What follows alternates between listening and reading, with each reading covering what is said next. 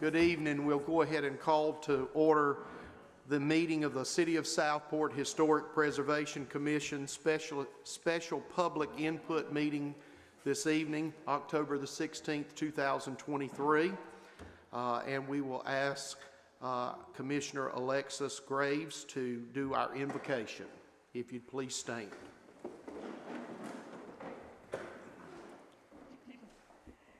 Dear Lord, guide us as we go about the business of our beloved city of Southport. Help us to be fair, just, and compassionate as we deal with the citizens of Southport. Bless those that are here and the families they represent. Bless our city, our nation at large. Thank you for this day and the days that are to come. In your holy name, we say, Amen. Amen. We'll now have the Pledge of Allegiance. I pledge allegiance to the flag of the United States of America and to the republic for which it stands, one nation, under God, indivisible, with liberty and justice for all.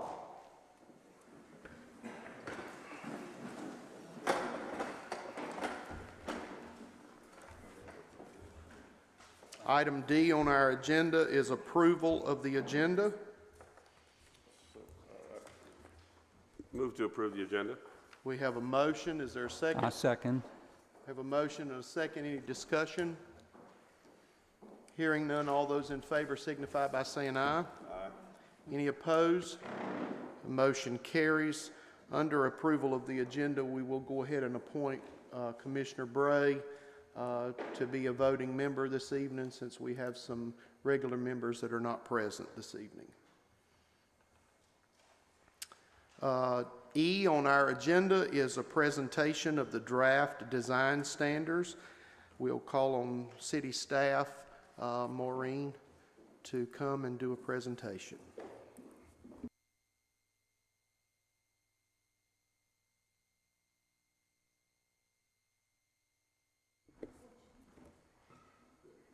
Good evening and welcome, and thank you all for coming out this evening for this public input meeting. Tonight's meeting's goal is to really introduce the Historic Preservation Commission, to get feedback on and to answer any questions about the draft design standards that the Commission has been working on for some time now. So with no further ado, I want to give you just some background on the Southport's Historic Preservation Commission. The commission was adopted by ordinance on September 8th of last year, so just a little over a year ago. And then on October 13th, the commission members were appointed to the board itself. Then we hit the ground running. I became the staff liaison a week after I started work. And we met with Christy Brantley with the State Historic Preservation Office for some training. And she was very good to work with the commission, giving a lot of background information on the differences between a national registry boundary and the local historic districts, so that the commission knew what their tasks were and how they were going to move forward with everything. So the commission itself, the duties that are outlined, let me back up one more. So then their first Historic Preservation Commission meeting was on December 7th. And that is the first Wednesday of each month is the Historic Preservation Commission meeting. And they meet at 4 o'clock at the Indian Trail Meeting Hall. So if anyone and everyone is welcome, please. The commission then adopted their rules of procedure. That was the first order, so that they were able to establish the commission, the chair, and how they would regulate their meetings.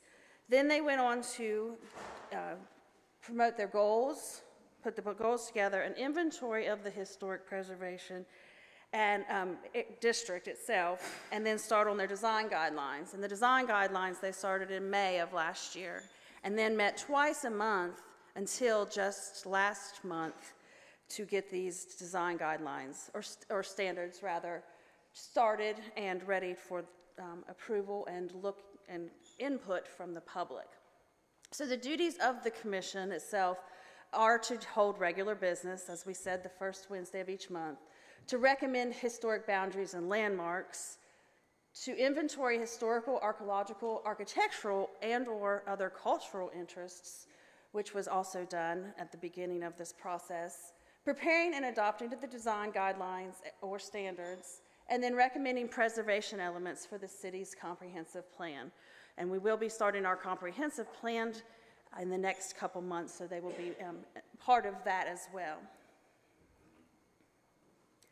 So one of the duties is to designate a district. In 1980, City of Southport was nominated and designated as a National Register Historic District. So this is the boundary that was adopted in 1980. And the commission has decided that they would use that as the local district for ease of note, so there's no confusion, and start there to see how we can move forward. So you may ask, what is the difference between the national and the local? So the National Register of Historic Places, or a district, is a federal program. It was created to recognize and protect properties of historic and cultural significance, and to warrant consideration during federal undertakings, such as highway construction or urban renewal projects. The major objective of the program was to provide incentives at the local and a private preservation initiative, so that there are tax credits and tax incentives to do things at the federal level. The local district, then, is the designation as a type of zoning that is going to be taken and put over the district, if approved. This is a draft, which has not been adopted yet, to an entire neighborhood that includes historic properties. So the commission there will then carry out the preservation program and set the ordinance and the operations of the commission, and then the standards that will be followed. The national designation does not provide any standards. There are no requirements for approvals for any kind of development in the national district. That would be only at the local historic district level. So that's just kind of some background, some information. And so at this point, I would like to introduce our chair, Chief Charles Drew. He is the chair of the commission, and at this point, he will take over and introduce the commission for everyone. Thank you, Mo. We appreciate that introduction. I would like to begin with, thank you for such a great turnout tonight. We appreciate all of our citizens being here for this town hall and public input information meeting. This is the first of many public meetings that we will be involved in concerning these draft guidelines that are before you tonight. Just to reiterate a few things that Mo already pointed out, an ad hoc committee of the Board of Aldermen completed a Historic Preservation Commission ordinance in September of 2022. They then interviewed and appointed the Historic Preservation Commissioners at the October 13th, 2022 meeting. Since that time, the members of this commission have worked very hard and long to establish rules of procedure, goals, and design standards and guidelines. A lot of hours have went into the document that's before you. This commission has met twice monthly with many long hours of consideration and debate among a lot of different topics. I'd like to remind all of our citizens that are here and that are watching online tonight that the document that has been presented before you is a first draft of this commission. This is a first draft. If you notice, the document says with large letters, draft. Okay? That simply means that this is a living, breathing document. The commissioners at this table want your feedback. That's why we're here tonight. We want your ideas, we want your input, and we want your discussion. It's important that we have you comment tonight, participate in this process. Email us, show up at our meetings, and give us feedback of what you do like and what you don't like about these design standards. Southport belongs to you, the citizens of this town. This is your city. You hold the future of Southport in your hands. What you want Southport to look like is exactly what you need to tell us. Your comments, your suggestions, Your ideas are welcome and will help this commission to shape the future of the historic district of our city. This has been attempted in Southport under previous administrations and has failed. 2 different times the Board of Aldermen has started to have a historic preservation district and commission, and it has stopped both times. So this commission needs citizen input. We need you in the process so that this does not fail again. We want to protect the historic character of this town. The main meat of this commission is what I call the 3 P's of historic value: preserve, promote, and prevent. We want to preserve the heritage of Southport by protection. We must promote conservation, education, and cultural enrichment. And we must prevent demolition, destruction, and the removal of historical character and significance from our town. Those are the 3 main goals of every commissioner sitting at this table, is to preserve, to promote, and to prevent. We are not here to tell you what color you're going to paint your house. That's not what we're here to tell you. But we do want to preserve the historical character of this town. We don't want to tell you that you cannot use alternative building materials. We have woven consideration and compromise into these guidelines after 12 months of meetings. And I'm reminding you again, they are a draft proposal that will go through more revisions by this commission, and then the planning board will take this proposal and this draft, and they will have public hearings, and they will give us more feedback, and then it will go to the Board of Aldermen, and you'll have another opportunity to have more feedback and make your recommendations. These guidelines are not concrete. They're not set in stone. They are a living, breathing document. This commission has looked extensively at many cities and towns through North Carolina. We have read and studied historic guidelines, some that are very extreme and some that are very lenient. We have not copied and pasted from other towns. We have not stamped Beaufort, North Carolina's guidelines or Boone's guidelines, although we have looked at their guidelines. But we have reviewed them, but we've not copied and pasted them into Southport because they don't fit Southport. Southport is very unique in character.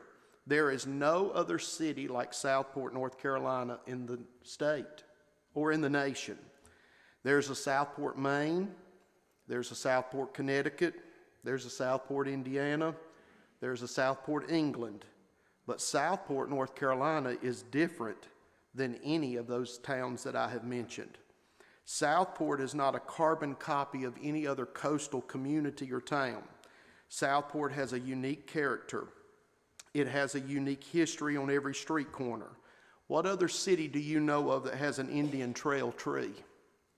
I don't know of any other city that has one. Southport, where the Cape Fear River and the Intercoastal Waterway meet the Atlantic Ocean. I wish sometimes that the live oak trees in our town could speak to us and tell us the history of Southport. You would hear many different stories. We must preserve that. We have to promote that. And we have to prevent demolition and destruction of that character for future generations to enjoy.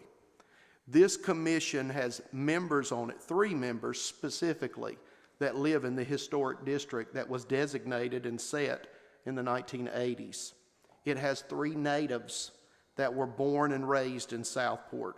And then we have several other members that are very passionate about this city, that have moved here, that have fallen in love with the character and want to preserve it.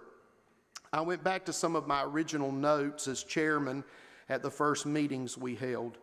I'd like to share some of my notes with you, some quotes that I wrote down from some of the commissioners. Bonner Herring, who is not here tonight, a native of Southport that lives in the historic district, he said this in one of the first meetings we held.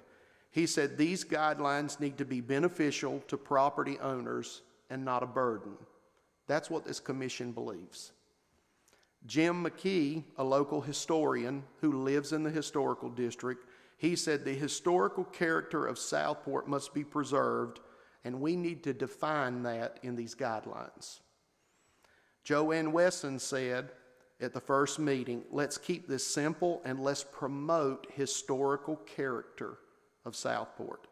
So everyone that you see seated at this table tonight wants to preserve what we have in Southport.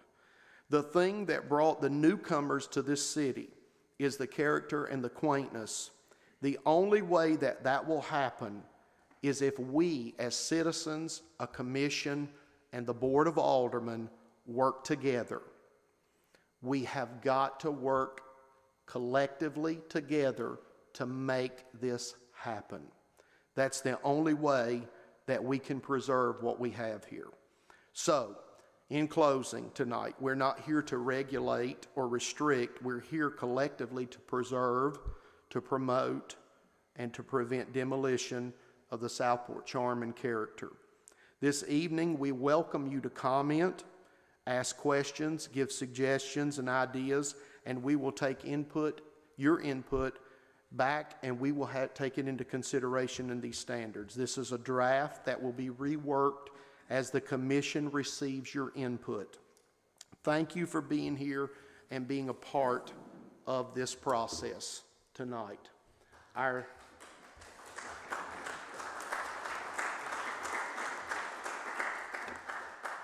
next slide, I would like for each of you to know the commission, and we will start with our vice chair, Rick Pekinas. He's going to give an introduction, and we'll go right down the line.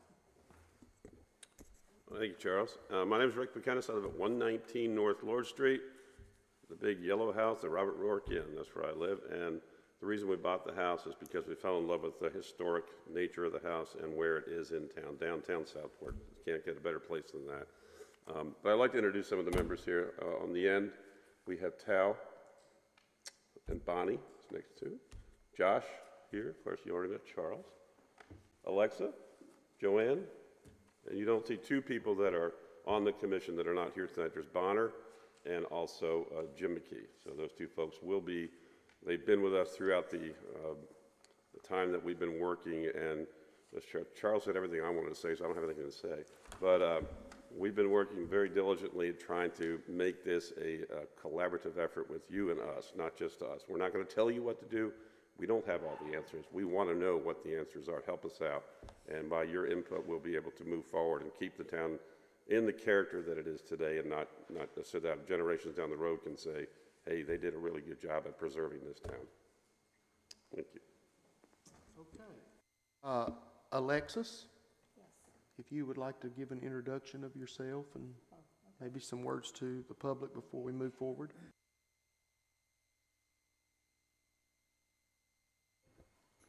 I'm Alexis Gore Graves. I was born in Southport some odd years ago. I live at 510 North Lord Street. It's a family home. My grandfather built it in 1923, and I still live in that home. I attended school here until third grade, left with an aunt, came back, of course my parents were here and my siblings were here, so I am from Southport.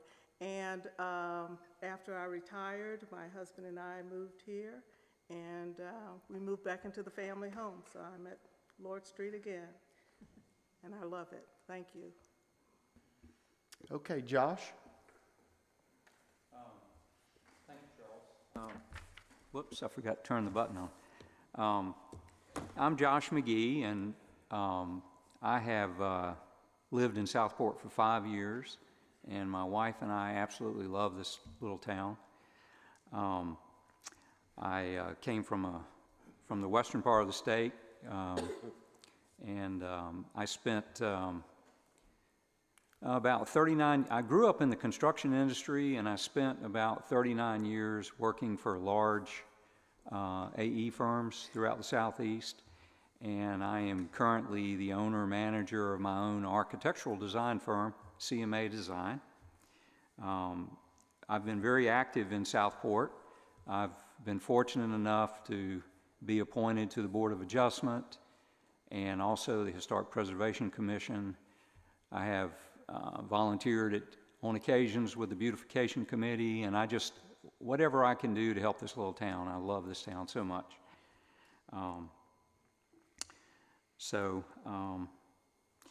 This is very important to me. I was talking to someone over on Lord Street when we were doing inventory, and he had moved here from Northern Virginia, and he asked me what I was doing, and I said, we're taking inventory because we're trying to set up the Historic District Commission. And he said, oh my goodness, are you kidding? We don't have a Historic District Commission here? He said, what are we going to do to protect and keep the beauty of this little town if we don't have some type of guidelines to go by? And I said, exactly. I said, fortunately, we've had a lot of people living here who love Southport and want to maintain it. For me, the thing is, I'm trying to look past when I'm here. I'm thinking about the next generation. I want to give them a good, foundational basis for the town. So with that, I'll shut up for a few minutes. So. Thank you, Josh. Joanne? Thank you, Charles. Joanne Wesson, 107 Riverwatch Lane, Southport. Unlike Alexis, I'm not a native, but I have been here for 33 years, and I'm here by choice. So we looked at Beaufort, North Carolina, and when we came to Southport, it was like, oh my goodness, there's no comparison. Beaufort is a beautiful town, but it just doesn't have the charm or the character that Southport has. So, and as Charles said, we looked at their historic commission regulations and rules. And yes, they've got some wonderful things in place and some things that we can use here, but there's some things that are not native to this area, to Beaufort, that we have. So everything is different, and that's what we are going to try to do, to modify those existing rules and regulations that we have. And things that in this historic commission, a lot of this is governed already by your UDO. So we're just going to elaborate on that and come up with some of the principles and the things that this commission holds dear, and the things that we know that you citizens are going to share with us that you hold dear. I know I walked around town, and I have my grandson here this weekend, and he's like 14 or 15, and we look at the houses, and coming in on House Street, the little businesses, the little houses, I mean, there are 3 or 4 houses there. They're businesses now. They're in their own character. I mean, they're unique. Across the street, you have newer buildings, but they all work together. And you go further down the street, you've got some older buildings here in town. Come to the waterfront, and you've got the older homes along the waterfront. So what we have is unique. And thank you very much. And thank you again for your attendance tonight.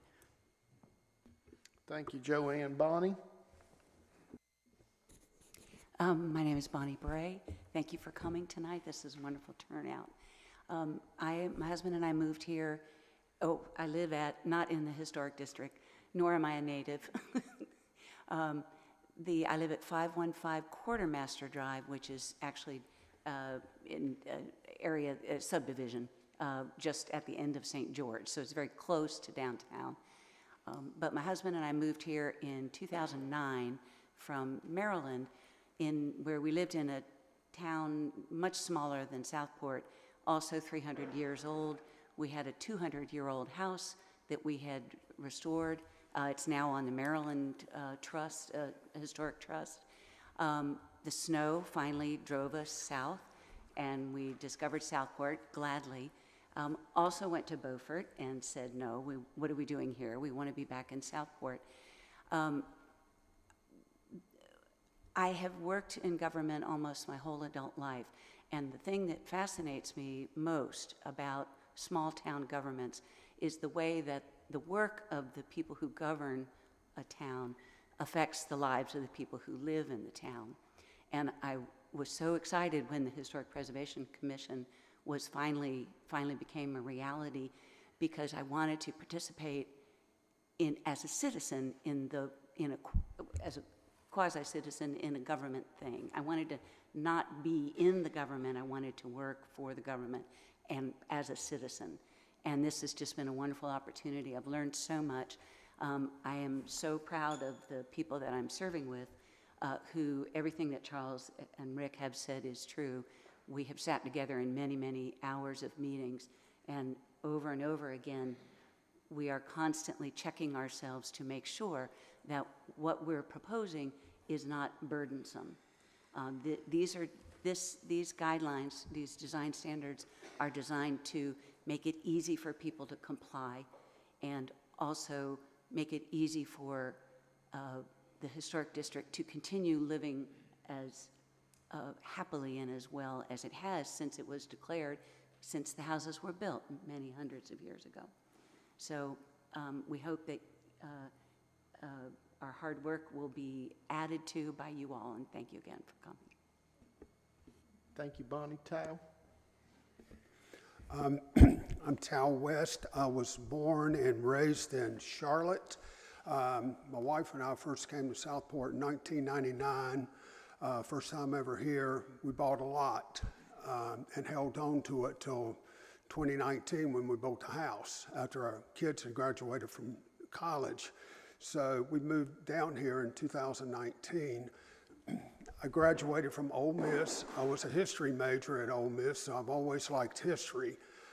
Also in my business world, I have been in sales, so I've always had the opportunity to travel around a lot of small old coastal towns and historic towns, and I always enjoyed looking at the history of those towns. And one of the things about Southport, I noticed this, which didn't seem like we had a designated historic district, so I was a little surprised about that.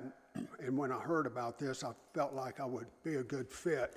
Previous experience, I was an elected city council in the town of Mint Hill, which is a suburb of Charlotte, for 6 years, and I was also on Board of Adjustment and the Historical Society in Mint Hill, and I'm still maintaining the Historical Society thing. So anyway, the things I liked about Southport is I always compared it to towns like Edenton, North Carolina, and places like that, very historic towns, and I felt like those towns in Southport had a lot in common, and you need to kind of protect that type of thing for future generations, and that's the reason that I wanted to get on this board. I felt like with my travels and things I've seen, I would be able to contribute in a positive way. So thank you. Thank you, Tal. So, ladies and gentlemen, you see we have a great board, great commission. We have Old Southport, we have New Southport, we have some middle-of-the-road Southport. So it makes up a great commission. We have had great ideas and great discussion. So I'm going to direct your attention back to the board and finish up a couple of slides, and then we're going to open up the floor for public comment. Like I said earlier in my presentation, the historic preservation goals is preserve, promote, and prevent. We want to preserve the character of Southport. We want to preserve the heritage of Southport, and we want to take into consideration Southport landmarks and make sure that they're preserved for future generations. What we mean by promote is we want to promote citizen outreach. We want to provide education on benefits of preservation. Like Mo was saying, we have had a couple of different members from the state historic preservation come down to help us to understand the process. They have given us a lot of good information about how we can reach out into the citizens, to the community, and promote historic preservation. So that's what we're trying to do, is to have buy-in from our citizens to provide education on benefits of preservation. And then we want to prevent the loss of character, prevent the loss of historically significant places, and we want to prevent demolition and destruction of historical significant places in Southport. And then finally, we come down to our design standards. General Statute 160D-947C goes over the rules and the standards and the requirements according to our North Carolina general statutes. Like Mo was saying before, I had somebody to ask me, they said, well, there's been a historic district in Southport that's been designated since 1980.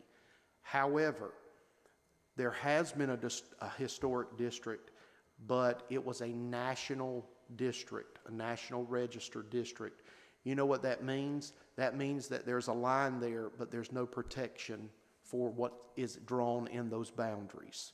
There is absolutely no protection until there is a local historic preservation. So that means anyone can come in here and demolish, tear down anything, and there's nothing that can be done about it. So the general statute gives us rules and standards and requirements, so there's no enforcement unless standards are adopted. That's what this commission has been tasked to do from the Board of Aldermen. New construction, alterations, additions, moving, demolition, no standards unless we get, or no enforcement unless we get these standards adopted, or like I said, this is a draft unless we get something adopted for Southport. It also covers certificate of appropriateness and minor works or quasi-judicial procedure, which this commission is a quasi-judicial board. So we will have hearings, and certificate of appropriatenesses will be presented to us, and they will be taken on a case-by-case basis. Southport design standards specifically account for a variety of age, architecture, and significance throughout the district. Each certificate of appropriateness is considered individually, and we take into those considerations. That's what I said in my statement about the use of alternative materials. We take those into consideration. There is some place for compromise in these design standards, that we have left some wiggle room to help people, to not be a burden, so that it's beneficial for you. We do not regulate paint color. I know that there's been some rumors about that. We do allow composite materials. We do allow metal roofs in the design standards, and we do not require retrofitting after the fact preservation. So we're not asking anybody to go back and do anything in these standards. We want your input. It is on the city's website. This QR code is available. It has a link to get you the standards so that you don't have to have a paper copy. You can scan that QR code and you will have the design standards. Please get them and read them. We have been given some documents at the last couple of meetings, and some of the things that have been recorded in the documents, I can tell that some folks have not read the standards. That's why they're asking some of the questions that they're asking, and that's fine. We want to educate you on the standards. We want your input. That's the reason for tonight. This is not going to be the only public meeting that we're going to have. We have another public meeting scheduled for the month of November. And like I said, it's also, there are going to be public hearings from the planning board as well when the design standards go there. Is there any other discussion from the commission on the presentation of the draft design standards before we open up or go to the next item on our agenda for public comments? Okay, hearing none. I would like to mention one thing. Yes, sir. Go ahead. If I may. Yes, sir. You sure can. Charles mentioned previously that there have been a couple of attempts to set up a historic district commission, and we don't want to lose the war. We would rather lose the battle, and let's don't lose the war. We think it's very important to have a historic district commission because it maintains the value of the houses, among other things. I've looked at several reports, Forbes, Morgan Stanley, and a couple of different things, and it's very well documented that properties within historic districts, they increase their value more than other areas do. And so that would help maintain Southport the way it is. But the other thing that I really wanted to mention is that we really want your input because we don't pretend that we want to be Charleston, South Carolina, or Savannah, Georgia. We're not trying to regulate, what the paint color is, but what we do want to do is preserve, this fishing village originally, and keep the historic character of this town, and do everything we can to preserve that for as long as it will go into history. So we're taking baby steps right now. So if there are things in the documents that we need to backpedal a little bit, we're certainly willing to do that. And we're not trying to regulate everything that you do, but we want to keep the design elements and the massing of the town appropriate. It's just we're getting started, and we need your help, and we want to be successful, and we want you to help us be successful. Thank you, Josh. Anybody else before we open the floor? Okay. We're going to move to our next item on the agenda is F in its public comments and questions. I would like to say this before we start that we would like to have one speaker at a time. If you do not want to come to the podium and speak, we have a portable microphone. We will bring it to your chair. We do want to get it on record because they're taking minutes, and they're also broadcasting this live. So we want those that are watching online to be able to hear your comments and questions. We would ask that you would please state your name and your address for the record, and try to remember that we want one person speaking at a time. Your comments and your questions are important to us. So we will open the floor now for public comments and questions. Yes, ma'am, Ms. Potter. Would you like to come to the podium, or you want a microphone? Okay.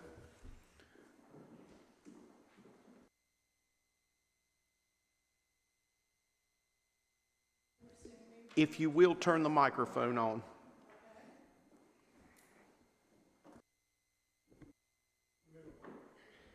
There we go. My name is Jean Potter, and I'm a resident of Southport. I live at 315 Burrington Avenue. I was born and raised here, basically. These are my two colleagues, Ginger Harper, Cheryl Daniel. We're members of Friends of Franklin. We are here tonight to present to our newly formed Historical Commission a petition. We are petitioning the Commission of the City of Southport Historical Preservation Commission from the Friends of Franklin, October 16, 2023. Friends of Franklin are petitioning the Historic Preservation Commission to have Franklin Square Park placed on the National Register of Historic Places. In light of the fact that this property falls in the boundaries of the original 100 lots laid out in Smithfield, which is now Southport, it comes within the purview of Southport's newly developed Historical Preservation Commission. The park is in a deplorable condition, and unless acted upon in the near future, it may actually meet its demise. Franklin Square Park needs historical recognition to protect it from further abuse.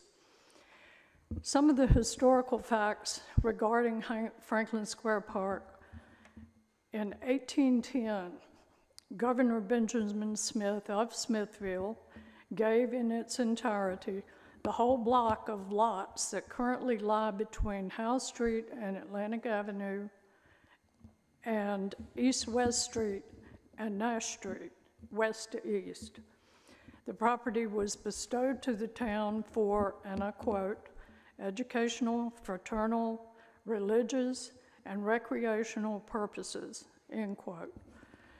It was fondly referred to as the Grove for its many beautiful, healthy live oak trees in the midst throughout the block.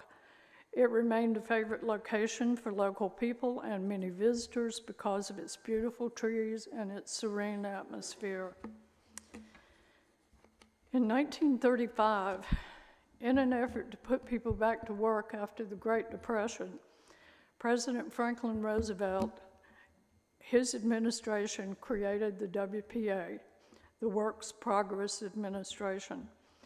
One of their projects in this area was to create a park in approximately half of the Grove. With a budget of $8,000, not a lot in today's money, the WPA put 122 men to work to create Franklin Square Park. It was named for Benjamin Franklin. At that time, James Lawrence Sprunt was the owner of Orton Plantation, and we all know where that is. One of the most beautiful plantations in the South. Mr. Sprunt had hired a Harvard-educated Frederick Law Olmsted trained, and let me give you a little history about Mr. Olmsted.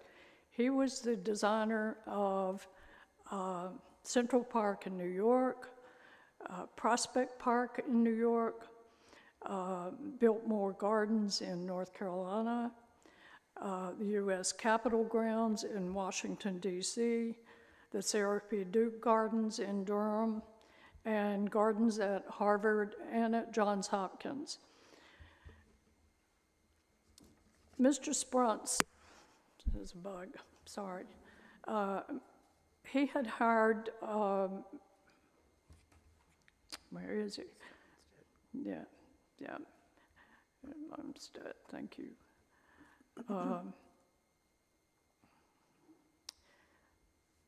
Mr. Robert Swan Sturdivant, who had been trained by Mr. Olmsted to care for the vast grounds at Orton Plantation.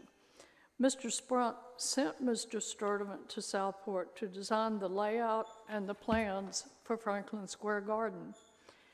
Also in his generosity, Mr. Sprunt sent many beautiful azaleas, camellias, dogwoods, and other flowering plants and shrubs from his own supply at Orton Plantation to be installed according to Mr. Sturdivant's plan for Franklin Square. At its completion, by many accounts, Franklin Square Park was one of the most beautiful parks in the Southeast. It continued to be a beautiful park for many years, but now, through no fault of its own and no one's personal negligence, it looks like a wasteland. The impact of losing one of Southport's oldest historical landmarks would be as devastating as losing Fort Johnson and the garrison. The park deserves historical recognition as much as the beautiful old historic homes in Southport. Friends of Franklin are working very hard to have the abuse in the park stopped and the park renewed and restored to its original beauty. Having Franklin Square Park placed on the National Register of Historic Places as a historic site would go a long way to advancing our cause to save the park and would also be a great first and easy step for Southport's newly developed Historic Preservation Commission. Thank you. Thank you, ma'am, for your comments. Charles, much of what you said to start with, as far as the goals of the commission, is exactly what we're saying here in Saving the Park. Thank you so much. Who's next? Yes, sir.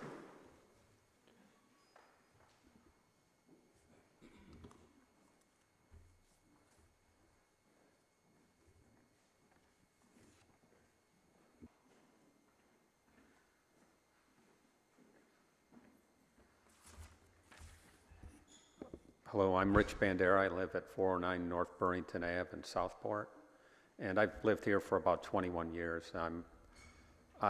In that time period, I've started basically 3 businesses, 2 of which are still active today. My business as an architect and a little shop in town. And so I've seen the good things in that 21 years. I've seen the recession come through, and I've survived that. I've been in business for 29 years on my own at this point, and 21 of them here. I guess I'm supportive of what you're doing is really what I'm trying to get at. I think it's so much has changed that you know, in the last 5 years especially, it's kind of time, I think, if it hasn't gone past that point. So I appreciate all the work you're doing. I think I've read the guidelines, and not in great detail, but a couple things that came to mind that I'd like to just offer as something to think about is that if in the mapping, if you could include the parcel IDs in the overlay, I think that would be important to understand the properties that are impacted.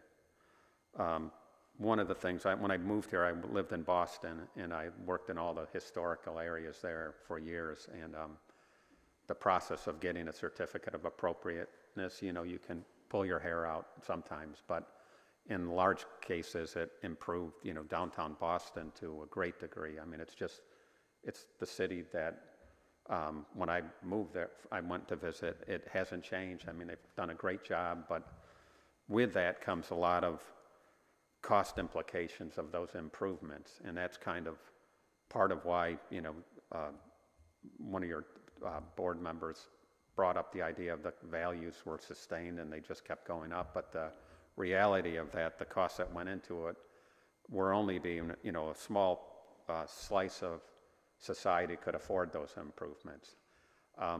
In the guidelines, I think you have language about things like maintaining the window profiles of an original window, let's say, you know, like the sash profile, and, you know, with a replacement window. That may not be, I'm sure there's not a lot of it's not specific quite yet, but the sash profile of an old window, and you have to recreate that, and the cost of that, especially in a market like that, to do that, it goes from a window, let's say 5 years ago, would have cost $600.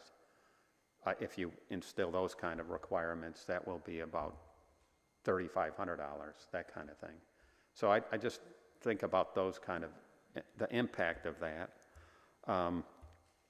Consistency of redesign in a block is another one. I think that it's kind of there's a lot of latitude on how that's interpreted, I think the goal is that you want, let's say there's a site and there's a bunch of houses around it, and you want to maintain the scale of a house that in that block to kind of make it like it was always there, that kind of thing.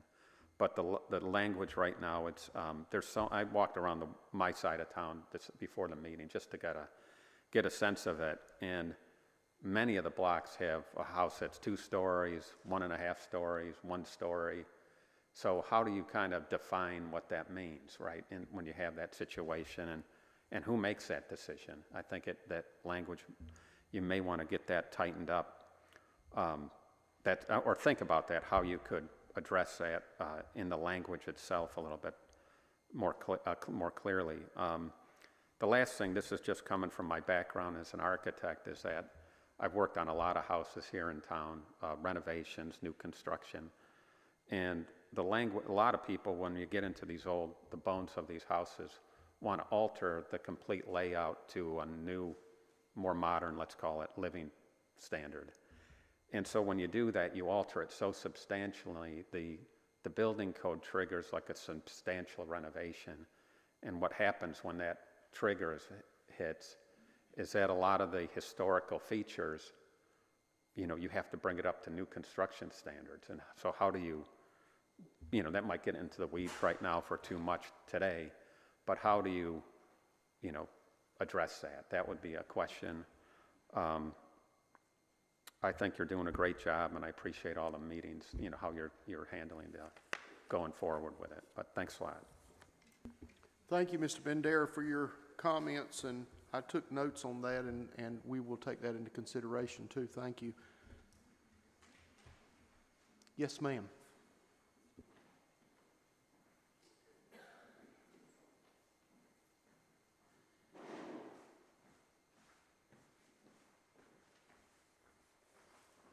Good evening, members of the commission and chairman. I didn't really come prepared with a speech like some of the other people, so I'll talk a little bit from the cuff, because I heard some things tonight that Would you mind stating your name and so your address? my name is Michelle Vargo, also known as Mimi. Me and my husband, Tom Gregory, own Sacred Heart. So I think you're all familiar with that. It's on Caswell and West, on the corner of Caswell and West.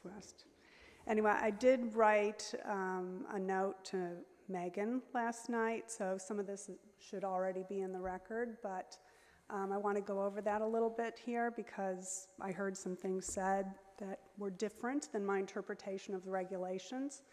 So one of the first things is we don't regulate paint colors, but it very clearly in the regulation or in the proposed guidelines state that if you want to change the color of anything, you need a certificate of appropriateness. So at what point does that mean we don't regulate paint colors? Maybe you're not specifying exactly what colors are appropriate, but someone is making that decision at some point about whether you can paint your door purple or not, I assume.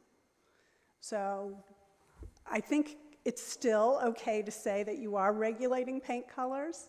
I don't want to make that the point of this whole thing, and I clearly appreciate, or I should say that I appreciate all the work that's gone into, what you've been doing. I do believe in historic preservation. I have owned old houses in the past, and in buying the house from Becky and Bert Felton, our intention was to keep that a church, keep it a church-looking property and to maintain it and make it a jewel of Southport like it should be. So I'm going to go to the note that I wrote last night. I did read the details of the regulation. I also read the North Carolina ordinance. So I think I'm pretty well versed on what was in there. So I'm just going to read what I wrote and maybe embellish on that. Residential properties within the proposed boundaries of the historic district vary widely with respect to their age, style, historical significance, and quality of past property renovations and improvements. How will the Historic Commission account for this variability in their decision-making process? How will major new renovations be handled for homes that were renovated prior to the proposed HPC design standards being in place that may have many elements not meeting the current HPC requirements? Are those property owners expected to research the original construction of the house and return it to that same condition? Now, I heard tonight that you said no, but these are, you call them guidelines, but my understanding is once they're adopted, they will be regulation, not guidelines. And that's a little bit different because if the guidelines say you have to do, if the regulations say you have to do something, you have to do something. And so I'm a little concerned about, I get that the spirit of your commission right now has a certain intent associated with it, but you're not going to be around for the next 20 years. And how do we know that the next group will not take these regulations in a different spirit than the current commission and their feelings and their intent not to be a burden to the people of Southport, and particularly the people that live in the historic district?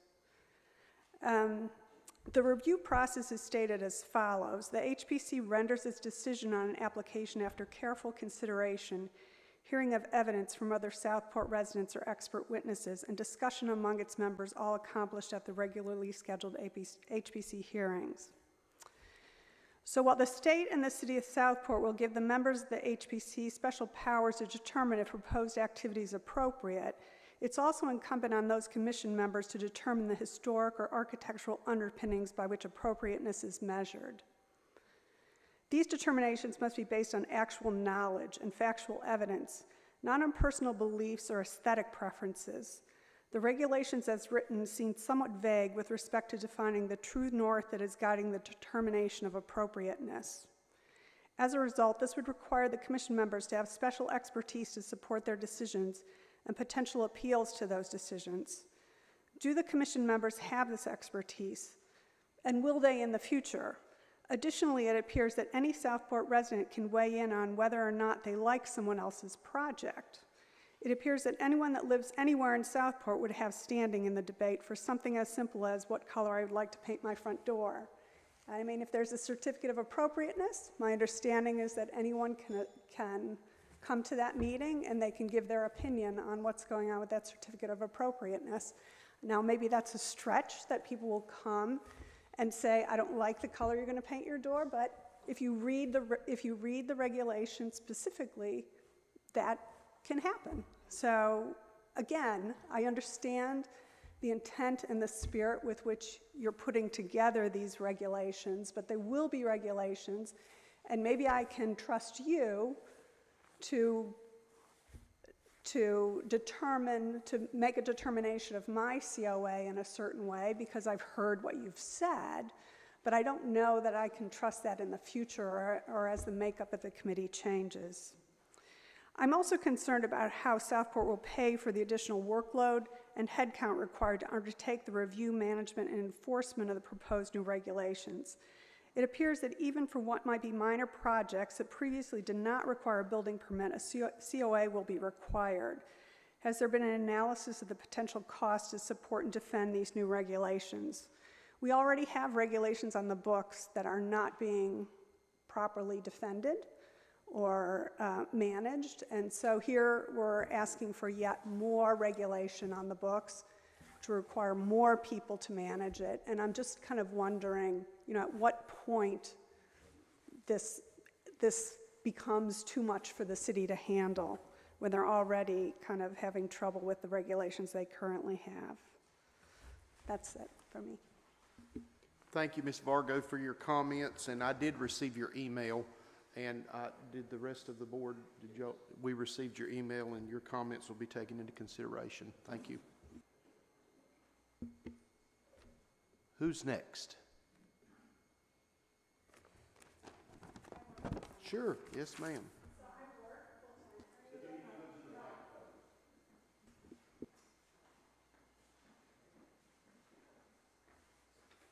I work full-time during the day. I cannot attend the meetings during the day, and so I did go back to read the minutes, and not all the minutes are online. I was able to read the minutes from two of the meetings, but that was it. And so, being a very interested party, I would appreciate if I could, follow the minutes are online, or maybe the meetings were videotaped, however that needs to happen. Thank you for bringing that to our attention.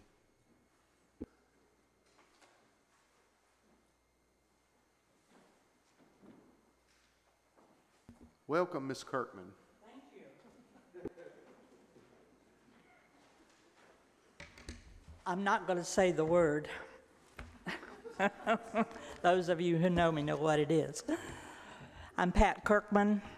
I live at 119 Park Avenue.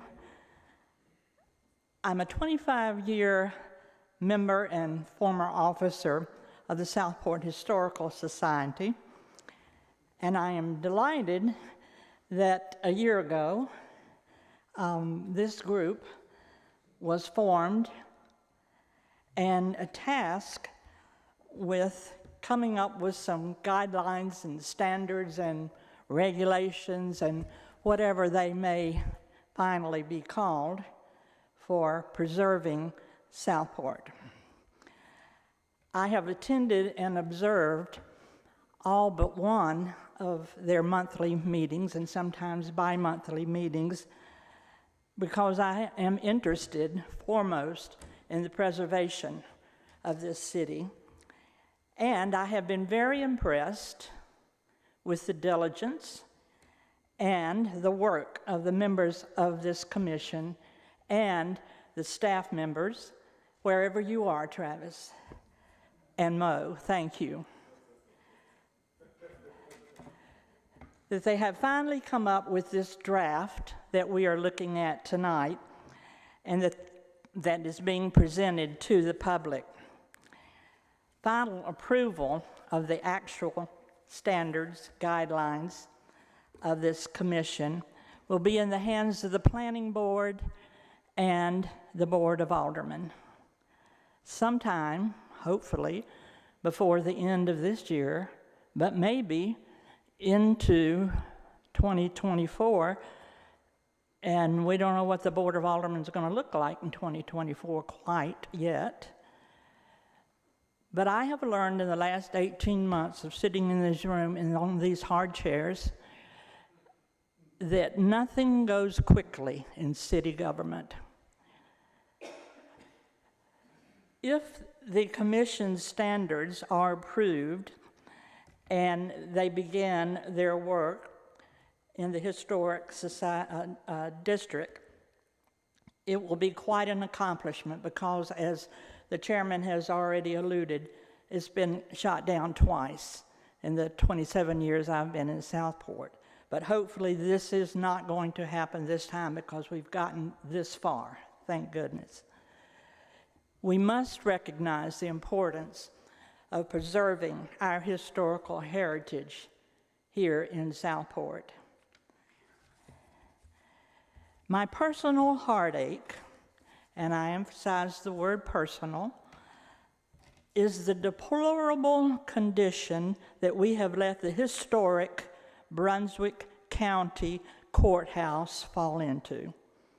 Yes, I know that there are plans for its renewal as an arts center someday. But time is running out on how long that building can hold up without some preservation. The city's been out of it a number of years now, 5, 6, and it's just sitting there.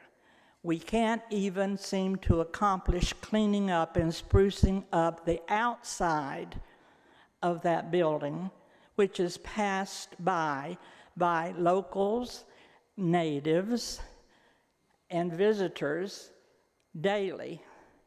And yet it looks like a derelict building, not a historical building. Surely, and I will task you with looking at seeing if that building, at least the front of it, can be spruced up, can be looking a little better than it is. I know we can't go into it without hazmat suits, and I understand that, but it seems like it's taken quite a long time for us to ever get past that point. Hopefully, this commission, and when the guidelines are approved, there will not be other buildings and homes in our historic district falling into the same predicament as the courthouse. I urge our aldermen, whoever they may be, at whatever time the vote is taken, to vote yes unanimously to approve the guidelines and standards that this fine group of people are putting together with your help as citizens of this town to make it something that's going to work to actually preserve our city. Thank you.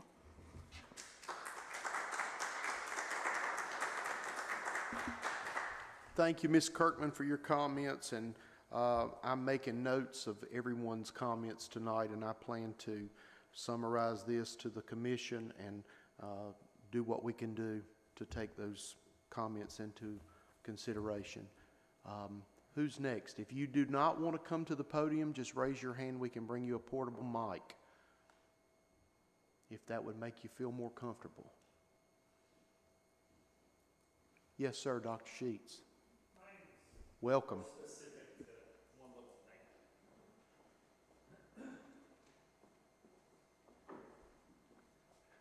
Hi, my name is Kurt Sheets. I live at 314 East Bay Street. My question is, in reading the document, where the commission is taking on even docks and walkways and building with pilings and cross members. I've built 3 docks in the last 15 years. You cannot insure a dock. It all comes out of pocket. Live on the waterfront, I like to fish. So I rebuilt the dock. I changed all the materials this time because the wood pilings that I've used, that everybody's used here forever, don't work. So we went to a fiberglass and a composite, and we went to it's a gray fiberglass and composite piling that's interwoven, and then we used a composite decking. None of that is the way it used to be done. We live in an area, as we all know, that can get up to, hopefully never over, 130-mile-an-hour winds. Sea conditions that come over our roads. I just want you to consider safety, number one. Number two, structural integrity, because we live in a very, very tough environment. So just in reading that, I raised my dock up 2.5 feet. I used completely different materials, and the next storm may take that one down too. So I'm just questioning that being in the document. Thank you. And thank you for what you're doing. It's all hard work and no glory. Thank you. Yes, sir. Thank you for your comments, and I will address specifically one reason why we did discuss that in the document. We had a meeting, and it was of specific concern because we do have waterfront property in Southport that are not buildable lots for a house, but they could build a dock on that property. Right, and it could affect our waterfront drastically. So the commission took that under consideration about changing the charm and the character of the waterfront properties. Because you may have a small piece of property that's not buildable lot, but the person that owns that could build a dock with a gazebo on it. So that's one reason why we included a section in the standard guidelines about docks. So, but we will take into consideration your comments about safety and structural integrity, and we'll look into that section again. Someone else? Yes, ma'am. Well, we'll bring you a microphone because we have to get it on record. There's a different map on the website that shows a proposed area. So if you use the GIS, the little GIS thing, it shows a proposed area that extends back here. Yeah, that's a future study to look into increasing the area. Is that correct, Mo? Yes. Okay.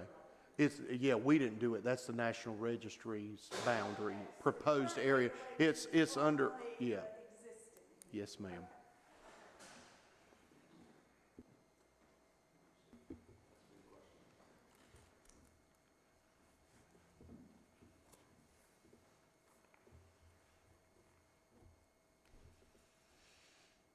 We want to give you plenty of time. We'll be able to email questions if we have more questions or more concerns. Yes, sir. I was gonna say this. We have a regular commission meeting on November the 1st. That is the first Wednesday in November. So what our plans are is to take all of these considerations back to the commission, look through the standards. We're going to study the standards again at that next meeting. And then we have another public input session like this on November the 13th. So the public will have time to come back. If we make any changes to the draft document, it will be updated on the website. We'll make sure that the minutes are all updated on the website as well. So you'll have time to come back and talk to the commission again a second time. Mo? Okay, hold on one second. Mo, go ahead. Just to follow, oh, that's loud, sorry. Just to follow up, there is a public input form on the website, so you don't have to try to find an email address. You can just go straight to the city's website where you can find the standards themselves there to look through, as well as a form that comes directly to me on my email address. Okay. Mo, would you bring the microphone to Mr. Hayslip?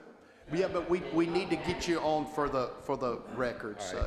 Yeah, Pete Hayslip, 309 East Bay Street, and I do want to thank y'all up front. I've attended a couple meetings, and I don't envy your job. It's a tough one, but one I think needs to be done. Just to piggyback on a couple things that I heard in the meeting and that I was going to bring up.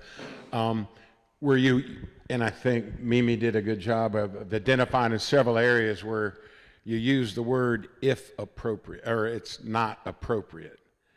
And to me, that's still leaves open. I mean, like gazebos on the dock, it says they are not appropriate.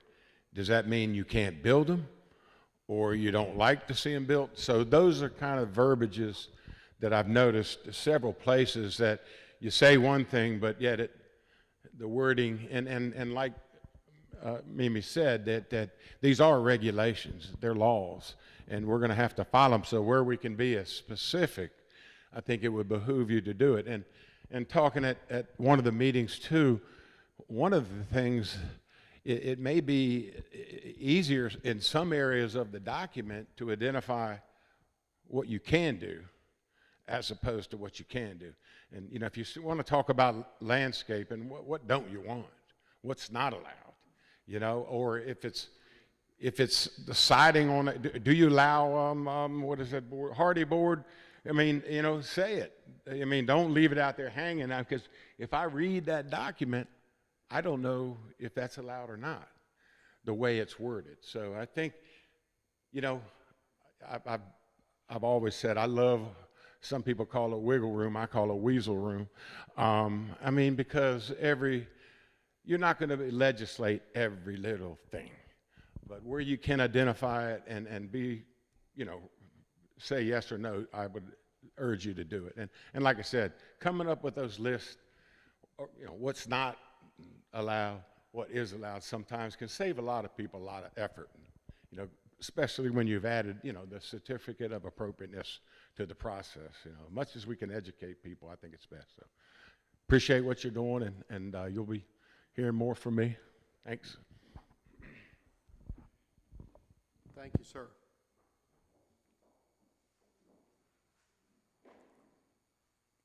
I know Pete very well. Pete and I serve on a couple of things together. And I agree with you, Pete, that we need to get things, you know, tied down as much as we can. One thing, though, we have a confession as a board. We didn't copy the Beaufort guidelines, okay, but we did start with that because they covered a lot of topic areas that we hadn't even thought about. And the thing that we learned going through Beaufort is that was written 20 years ago, okay? So materials like Trex, hardy board, things like that, they were not even available. And so we need to have some latitude within the guidelines because we don't know what future materials might be. And so that's part of the reason why we need to leave a little bit of wiggle room in there so that we don't tie things down. So, but your intent, I totally understand your intent, so thanks.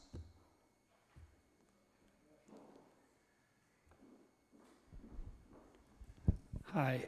I have a small rental house on 112 South Atlantic that's made of cinder block. I think we need to maybe less focus on material, more focus on what the end result looks like. I mean, you want to preserve the look of Southport. So, do you want me to preserve the cinder block house painted light blue with the pink door, orange door? I mean, I think we're focusing too much on materials.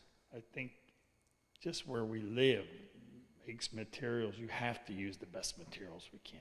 Mm-hmm. I mean, I put metal lights on the back of my house. 2 years later, you got to replace them. You put plastic black lights on the back of your house. 2 years, you have to replace it. Everything goes away here. So, just food for thought, maybe more about the end result, what it looks like from the street or walking down the sidewalk. I mean, I agree. We want it all to look nice. I'm with you 100%. I think everybody's with you. We all want it to look nice. But I think when we start talking about materials, and because we're trying to preserve something and we live in the most hostile environment next to a desert, so more the end result look than the materials. Thank you.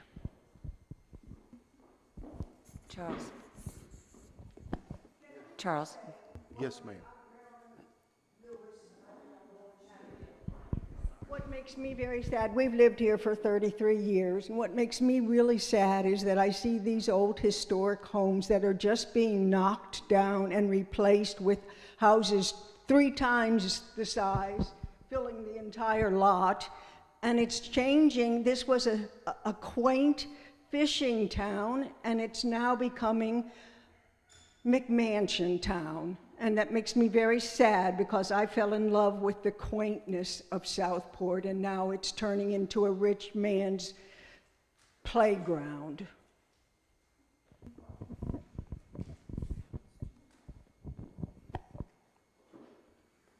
Charles, if I may? Sure.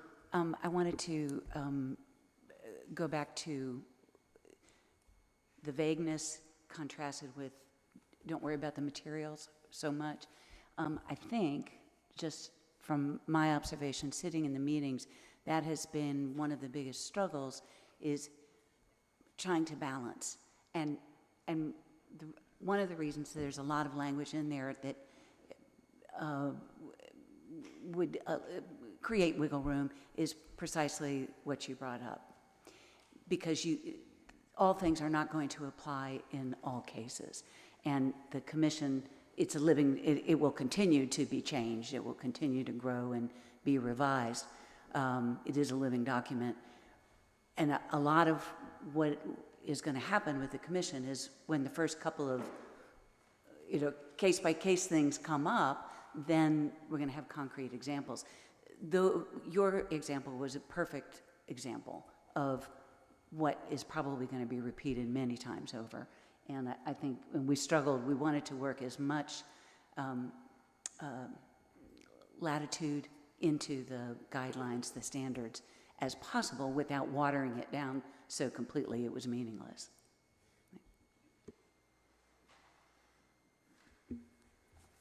Any other feedback from the commission? Any of the commissioners want to speak tonight any further?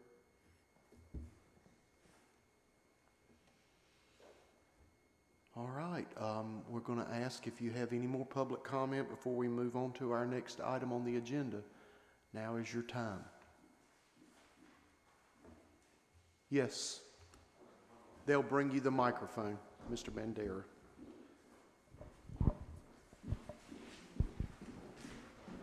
Okay. Hey there. Last question was on the process of the certificate of appropriateness. Would the process be you go to the board, your board, if you grant that approval with that letter of approval, does it go, can you then go directly to permitting, or does it go back to the planning board? Or I would think in the past with that letter, and if you're in compliance, that you can go to and file a permit. And that's a question I have, what the process is.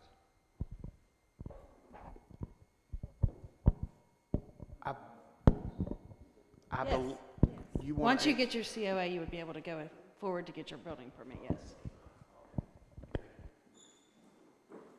The process would start with staff in the planning department, and then it would come to us, and then it would go back to where you would be able to get your building permit. Yes, sir. That's okay. Get my steps in, Pete. And one thing, and I've already talked to Mo about this, and I would implore you all on the committee to encourage it all. I think everybody who's lives within the historic district should be notified via mail about these meetings. I know it was in the paper and all that, but there's a lot of people maybe not here, they don't see it, don't hear it, and I mean, basically, our property is going to be rezoned, for lack of a better term, and there's a public process notification that you have to go through to do that, and so part of that is making sure. So I'd ask you, please do that. Thanks.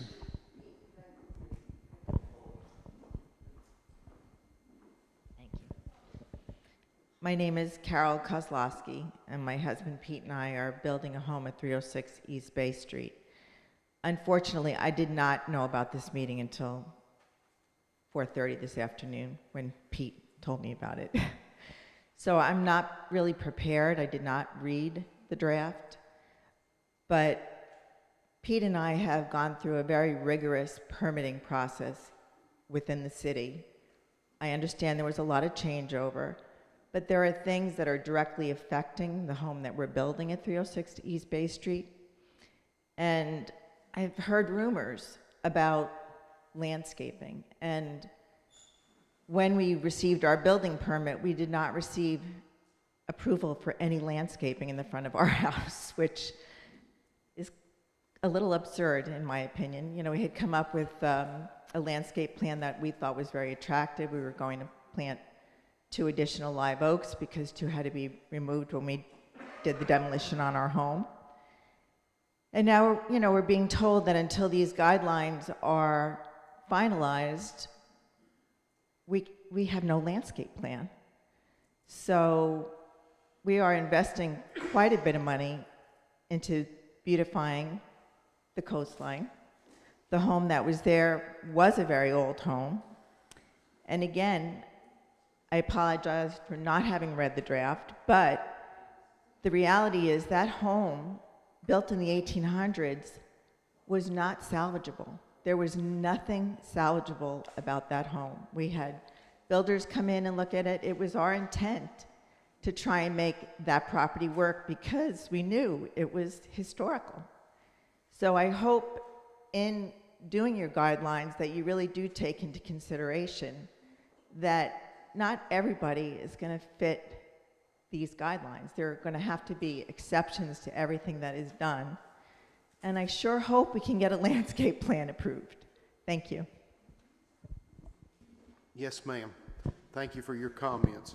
Can I ask a question? I mean, the landscape plan, you're told that until these design standards? We were told that everything was under review by the city, and they made us remove our landscape plan from our site. Because the landscape plan should be a part of the UDO. If I may, it is not about the historical guidelines or standards. It's about the right-of-way policy, and your whole landscape plan was within the city's right-of-way. I understand that, but I just think it's, I guess, and that's what I've been told, but the reality is we've been also told that those UDOs are being looked at again.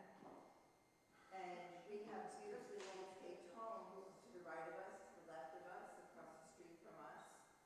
And we're going to have no landscaping until the UDO is relooked at. So I don't know if that's something that falls under your commission or not, but I think it's something that needs to be looked at. Thank you, ma'am, for your comments. Anyone else? Yes, ma'am. She'll bring you the microphone.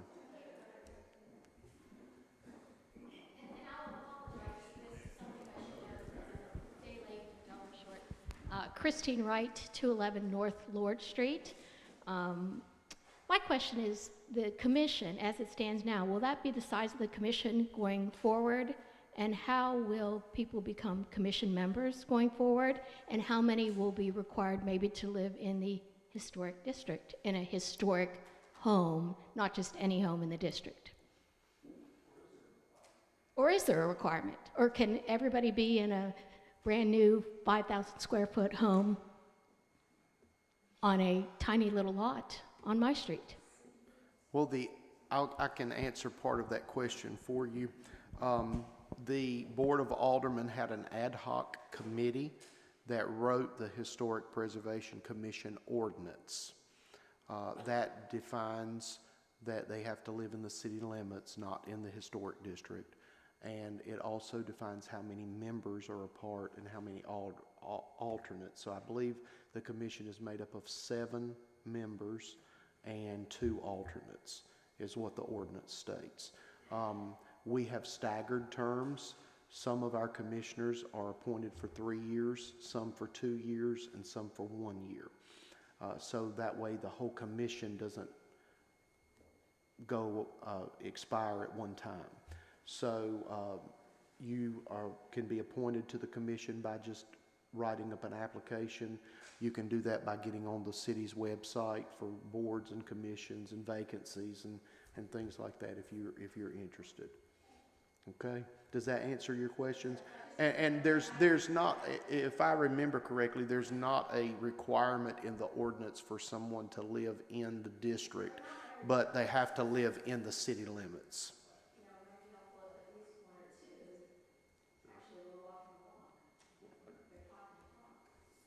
Go ahead, Rick. I think that's taken care of in the, when the interview process takes place.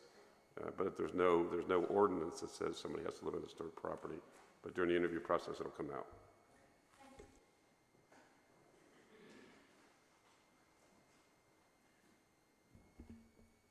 I'd like to say one thing if I can, without getting too deep into the bushes. I'm very knowledgeable of Carroll's situation on Bay Street, and there's a lot of current things under consideration right now, and one of them is the right-of-way landscaping, which is, when Travis Henley was still here, that was really being dealt with and tried to move forward with. But that's a separate thing. It's a different agenda item for the planning board, and I just, you know, it doesn't have anything really to do with the Historic District Commission. But it definitely needs to be resolved. I'm with you.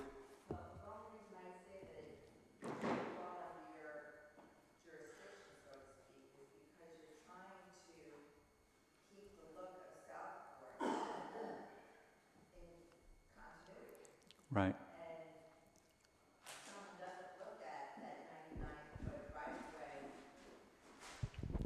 And the way the UDO is written, then you can't tell me that that's not part of what you're trying to accomplish here, in my opinion.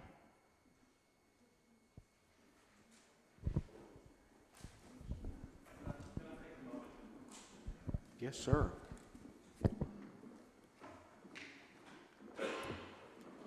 All right, Mo, you can take a seat. Robert Carroll, 307 East Nash Street, house built in 1900. Dr. Sheets mentioned materials, and this is one of the conversations that I've had. I'm also the liaison to the Board of Aldermen liaison to the Historic Preservation Commission, and I work with Alderman Lowe Davis and Mosteller to craft the language for the ordinance. You know, materials are relative, and I think that that's important, and Josh hit on this. 20 years ago, the materials that were available are not what is available today. And so how you use those materials, I think, is is more important. So, for instance, and just one example, because Dr. Sheets mentioned it, was hardy plank. I believe you mentioned hardy plank. Hardy plank is designed so that the reveal, which is the amount of plank that you see, can differ. On historic homes, that plank is smaller. It's just the way it is. On more modern homes, you see more of the lap siding that exists. So I think that for me, the approach that I think is more important is, yes, we all want to use hardy. It's a more sustainable product. I don't have hardy on my home. It's the original wood. In many cases, some of it's been replaced. But the way that you apply the product is just as important as the product itself. So if you're creating smaller reveal that looks more historically accurate, then that would fit closer on a historic property. If it's a new home in the historic district, then you might allow for greater reveal because it's to show that it's a new home in the historic district. You don't actually want it to look like it's been there 100 years. So I guess with regards to materials, it's really about, Josh, number one, re-dried pressure-treated trim shows more depth, shows more profile than a piece of hardy trim. It's just part of it. So when you look at a house, you may not know why you love it, but it's the type of materials, and not just the materials, but how the materials are applied. So just my thought on something as simple as hardy.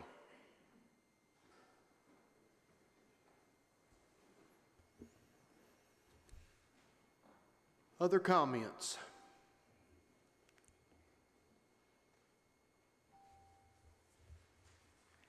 Hearing none, we're going to move on in our agenda tonight to item agenda H, announcements. I do have 2 announcements. I made them previously, but I'll just make them again. If you have your calendars, put down November the 1st. We will be meeting with our regular meeting at the Indian Trail Meeting Hall. And November 13th, we will have another special public input meeting here at the community building. Will be our second public input meeting that we will have on November the 13th. Any other announcements from the commission? November the 1st will be 4 p.m. and November the 13th will be 6 p.m. And the first will be at the Indian Trail Meeting Hall, Yes. correct? And the 13th will be in this building. That's right. Any other announcements? Any other comments from the commissioners tonight? Anybody like to follow up with any comments? I'd just like to thank everyone for being here and helping us, because we do need help. We're trying to do what's right for the city in every case, and every case is different. So we're looking at things case by case. There's nothing etched in stone. We will listen and make the appropriate decision based on all the facts that we gather. And I'd like to thank Mo and Travis, wherever you are, for all your work that you guys have been helping us through, because you've kind of directed us when we got off task a few times. So it's good to have you here. So we appreciate that. Anyone else? We could not have accomplished what we have accomplished without city staff. They have been amazing to guide us. Also from the State Historic Preservation Commission has come down 2 different times and met with us, and we appreciate them and want to acknowledge them. We're very thankful for the mayor and the Board of Aldermen and all of their support for this commission. Many of the meetings that we've had, our liaison, Alderman Carroll, has been at those meetings, and we appreciate that and his input as well. Thank you to all of the citizens that have come tonight and been a part of this process. Like I said in my opening statement, we want your feedback. Please, all of our emails are public on the city's website of the Historic Preservation Commission. We welcome you to email your questions, your suggestions, your comments. We welcome you at our meetings to give us your input. And we will be talking about these comments tonight at our November the 1st meeting to incorporate them. Ms. Potter, yes, ma'am. Just as an aside, the city website, I personally, and Cheryl's had the same problem the last few days. We go to the website, I wanted to look at the information prior to the meeting, and the website's not working as it should be. I was never able to pull that up to look at it. Okay, I'll make sure we pass that on to our public information officer so she can check that tomorrow. I'll send her an email to check the website. I have put the QR code back up. Please feel free to scan that to get the design guidelines electronically, and we welcome. It's not working. Okay, we're going to have to fix that too. Technology is great when it works, and it's horrible when it doesn't work. So you'll have to excuse us. We'll have to get that working too. All right, if there's nothing else to offer for the good of the commission tonight, I will entertain a motion to adjourn. We have a motion and a second. Any discussion? Second. All right, hearing none. All those in favor signify by saying aye. Any opposed? We are adjourned.